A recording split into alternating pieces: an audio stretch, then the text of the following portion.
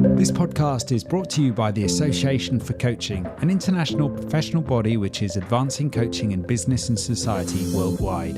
To join our global community and access member-only webinars, events, a wide range of digital learning offerings, coaching and leadership resources, accreditation schemes and more, you can find us at associationforcoaching.com. Hi, I'm Genevieve Vines, podcast host and from the Association for Coaching in Australia.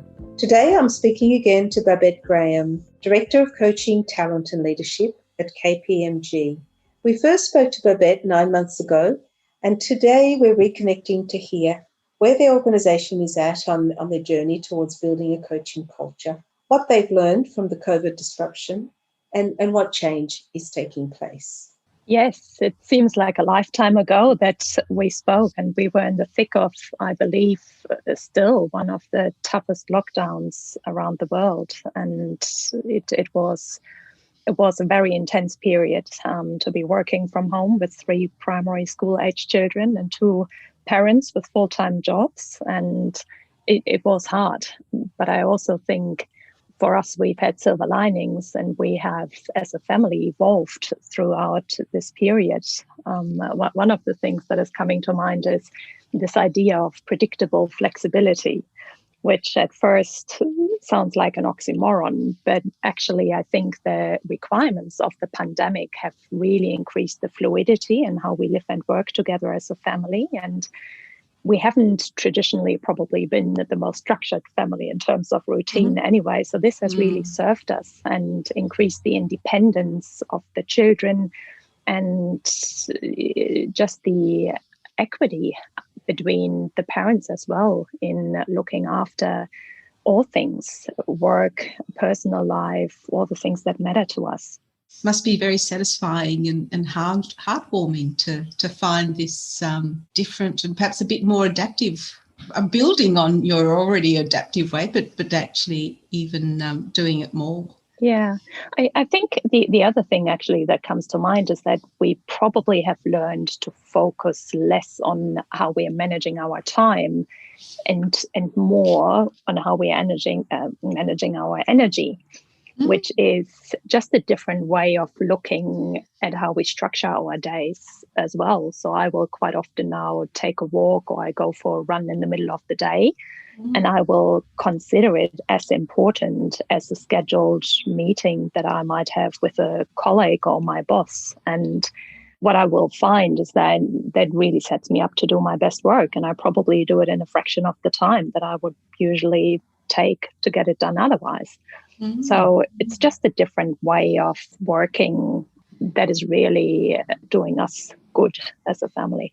Yeah. And it seems to me coming out of that, this is what I should be doing, and having the structure that I should follow into a much more natural way of what's going on for me, what's going on around me, and how do I respond to this in a way that's going to optimise me bringing forward all of my resources.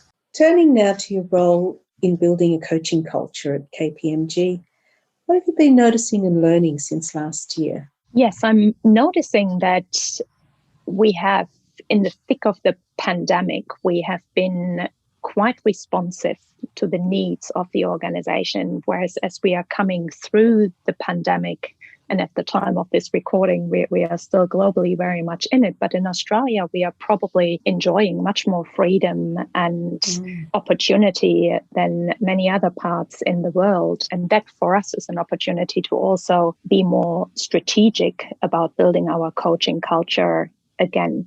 In the pandemic, we focused very much on what people needed at that point in time. And often that was really technical. They would present with anxiety, with overwhelm, and we would work with the employees in the firm to build tools and techniques to get through the immediate pressure points better. And we democratized coaching in such a way that we made coaching available to everybody in the organization, whereas previously it was mainly for one-to-one exec leaders. What we are seeing now, though, is that We are really thinking about a multi-pronged approach again to build the momentum in the organization and look at coaching as a leadership behavior much more so, and something that coherently weaves through everything that we are doing in the leadership and talent space. So that is quite exciting for us as a team. I'm homing in on this contrast between responding to needs before, but more of a technical approach. And I'm hearing the multi-pronged weaving of coaching. And I think you did talk previously about the infusing of coaching in the organisation. And I just wondered if you might just talk a little bit more about what that has meant to you for the organisation. What is that difference? What does it look like?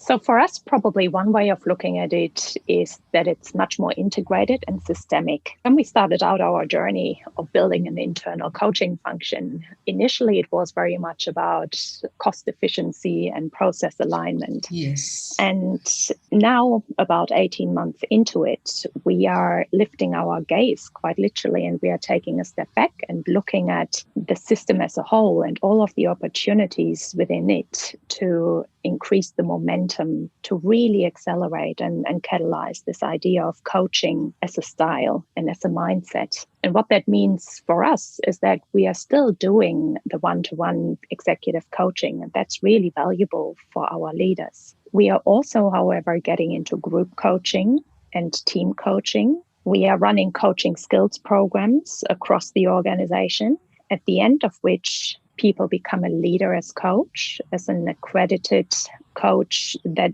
stays with them. So that is not something that they only have within KPMG. They can take that to wherever they go. We are experimenting with an associate coach idea, which is effectively individuals working across the organization who may already be accredited and experienced coaches to take forward formal coaching assignments as part of their job, so they get utilization relief.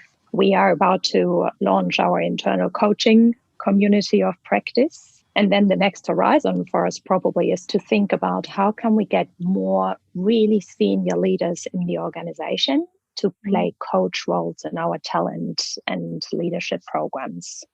So interesting. I'm hearing a move from a technical approach to a more fluid and organic way of embedding coaching. Can you comment on what enabled the shift?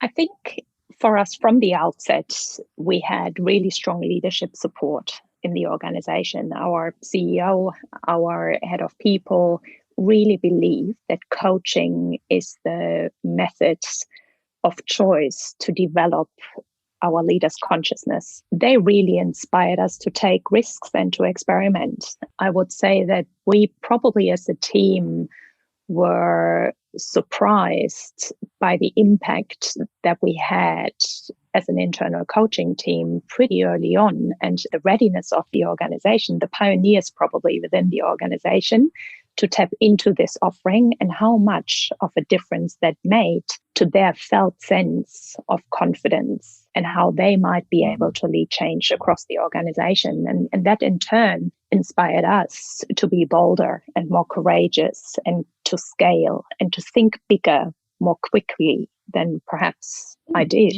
at the outset of creating our strategy. Interesting. For us, coaching is really directly related to our purpose as a firm, which is to inspire confidence and empower change. We realize that in this complex and volatile environment, it is coaching that gives our people the access to new ways of thinking about things, creates agency as well in the complexity that people are dealing with. And it is deeply rewarding and engaging for our people as well, because it is ultimately about who you are as a person and to lead from that place rather than lead in a way that you think is expected of you, particularly in professional services where we have been so good at leading through technical competence. And that is still a mindset that is the comfort zone for many of our senior leaders. However, what we are realizing is that whilst that is always going to be important, we want the best technical competence in the market to be working within our firm, we also now see that what the good and the great leader differentiates is whether you are able to be highly competent and also lead with character, and to inspire that transition in people to tap into that and lead from a place that is more holistic and more yourself. Yes. They need time to think, they need a safe space to experiment, and they need a lot of encouragement to make that change on themselves personally. And that is where coaching comes in. It seems like we've come a long way in the last 10 years in our attitudes to developing people and getting the best of our people. I imagine there would still be some people who would potentially be sceptical about the investment in coaching. And, I often hear executives ask the question, what's the return on investment? How do you approach this at KPMG? Yeah, we are experimenting with that also. We have got some very senior coaches in our team that have an academic and research background, and the diversity in the team is therefore always, it's a pendulum between the hard data and the quantitative measures that we want to use, because that is also the language that a lot of our senior leaders speak, but equally not to be determined by that and not to lose sight of the qualitative and anecdotal feedback that is in the system as well. So I'm really keen for the team to strike the right balance there and not to get caught up in single data sources such as feedback scores. The other thing that is on my mind is that quite often we are not actually giving people what they want. That is part of what we do, but we are trying to also tap into the wisdom of the system, into what we know the firm wants to achieve in terms of the firm's strategy and what is happening in the broader marketplace. And then we are challenging people and working at the growth edge with them and try to work with what they need rather than just what they want. And that means it's really uncomfortable for a lot of people.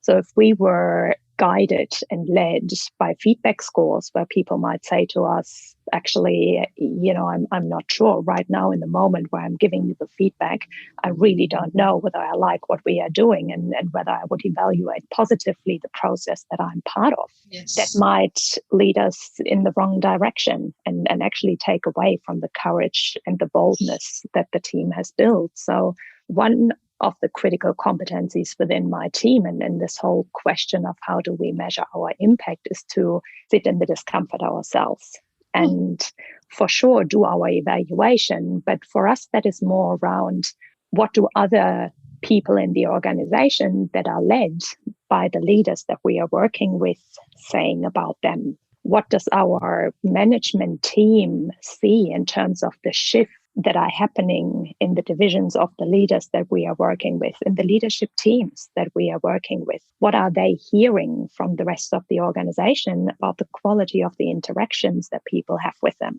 What does turnover look like in those areas of the business where we are working more with the leaders than in other parts of the organization? So it's often secondary measures that we are tapping into, and ultimately how are we making sense of other data sources across the organization as well. So for some time we have had near to no turnover, as many companies would have experienced during the pandemic. Yes. And then all of a sudden the market in Australia opened up and there was more fluidity and talent retention became and still is a real issue. But we can now see in the organization what some of the hotspots are, and we can help to make sense of what is going on through the insight that we are gaining in our group and our team coaching and in our talent and leadership programs. So that is one of the biggest benefits. Yes, I really liking and appreciating that much more holistic way of looking at individual, leader, organisational needs, not reacting to the immediate and holding, as you say, that discomfort, the tension, and drawing on that wisdom of the whole system and responding. And I'm wondering how you're using this systems thinking approach to think about scaling coaching in your organisation. The scale for us is really to tap into the pioneers in the organization. It's experimenting with programs such as the associate coach model, whereby we are tapping into people that already have an energy and already are motivated to be coaching. And we are providing them with more of the conditions to do their best work as a coach. So it's not for us necessarily a linear expansion of our internal coaching team, and there is no intent to add exponential capacity to our team in that way, but to actually work through the people in the organization that can then be peer-to-peer coaches, and to, if anything, develop our team in their supervision capacity, so that we can start to lift over time and supervise the coaches that are operating within the business, rather than us being the ones who are doing all of the coaching. Any particular ways that you're thinking of doing this, of growing from within? Yeah, so some of the things that we are experimenting with, such as the associate coach model, the community of practice that might become a marketplace for people to offer their services, their insight, their skill, their experience in a more informal way. But also the training of our coaches as supervisors as well are good examples, I think, whereby we have coaching groups, we have coaching skills programs across the organization, and we will pull the people that are doing active formal coaching in the organization together in little pods for supervision, because that really is something we believe very strongly in, that we need supervision, we need regular reflection within our team and the coaches team to be able to make sense of the themes that we are coming up against, and ultimately to inform our development as an organization. You know, it sounds like you're thinking about this on many different levels. Strategic, practical, multidimensional.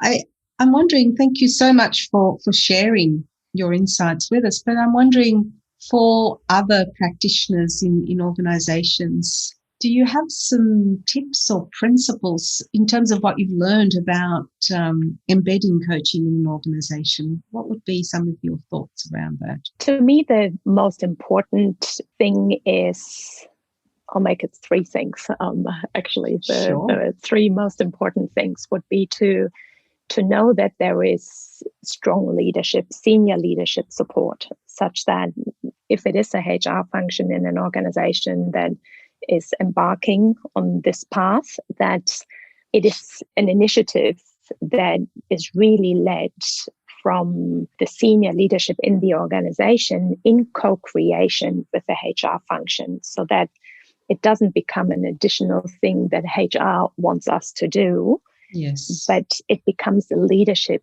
initiative. The second thing I would say is to make sure that it is really tightly connected to the strategy of the firm. For us, that is our values and our purpose in everything that we are doing, and our leadership aspiration, actually. In everything that we are doing, if we need to make a decision between one thing and another, we can come back to our purpose, our values, and our leadership intention. And so far, the decision has been made in very clear terms. That has been important. And the third thing I would say is to not expect that we can write a booklet or an instruction manual of how this is going to go, but that perhaps thinking in terms of principles or guardrails, rather than being too intricate in the planning process, can be a good idea. And then just to have a go and to proceed with confidence. Yeah. And hearing very purposeful and flexible to be adaptive. Well, that's right. And talk the language of the business. There will be some businesses that are more data driven, that might be more numbers driven. And that is certainly how we approached it in the very beginning. That's how we got the ears of many people in the organization, by saying that we could do more and better work by paying the same amount or less monies on coaches. And for some people, that is what they needed to buy into this idea, which then gave us permission to build our credibility, to exceed expectations. And now we've been tasked to do much bigger and bolder work. But we had to meet the organization where it was at that point in time. Well, thanks so much for your time, and look forward to our corporate roundtable as well, and being involved in more discussions along these lines. Thanks so much. That sounds great. This podcast was brought to you by the Association for Coaching. Discover more business and coaching resources, thought leadership and online learning at associationforcoaching.com.